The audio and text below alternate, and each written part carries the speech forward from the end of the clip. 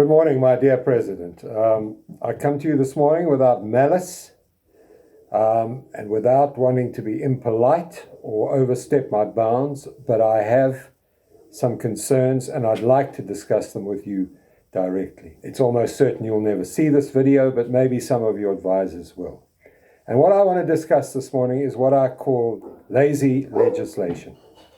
It's as simple as this, Mr. President. You cannot, in a country with a society as disparate and as diverse as South Africa, you cannot make one law that fits the whole of society. Our society is way too diverse.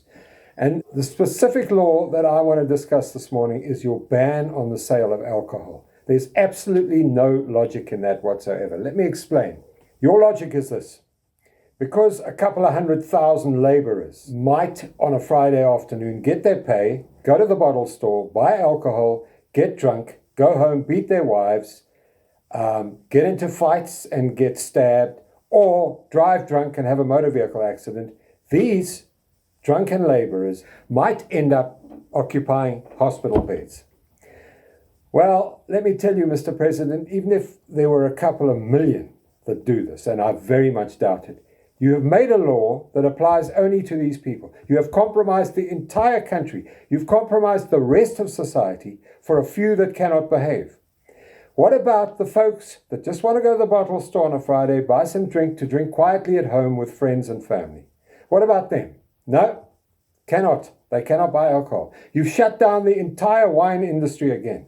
A very respectable industry. Let me tell you, Mr. President, most of the laborers of whom you speak, who might end up in hospital because of drunken-related injuries, could not afford to buy one bottle of the wine we are talking about. We're talking about a niche wine industry that keeps a lot of people in employment. You have shut this down because of some laborers that might go to the bottle store, buy some cheap cane, get drunk and end up in hospital. It makes no sense at all, Mr. President. What you are actually doing, instead of making laws that fit the crime, you are making the crime fit the laws. Let me give you another example of how illogical your alcohol ban is. Every year on the roads of South Africa, about 13,000 people get killed in motor vehicle accidents. Are you going to ban the sale of fuel because of that? Are you going to stop us driving?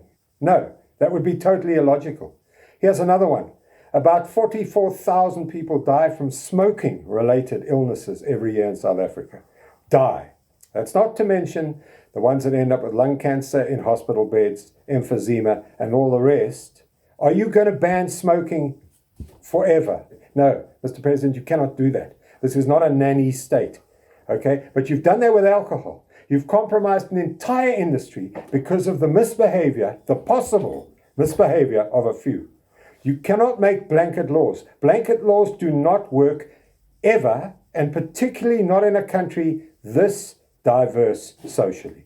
So, Mr. President, I would beg you, before you face the greatest anarchy, and that's what's going to happen in this country next. People are getting gatvol, Mr. President. Gatvol is a lovely Afrikaans word that means fed up.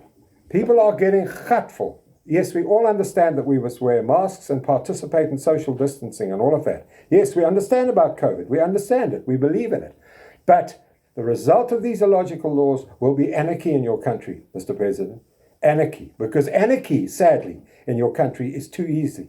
Mr. President, I beg you, make laws that are provincial and circumstantial and take into account all aspects. You cannot make a single law for the entire country, for a country that is full of many, many different types of people. The demographics in this country are so diverse that every aspect of our demographic requires a different law almost. But you don't take that into account.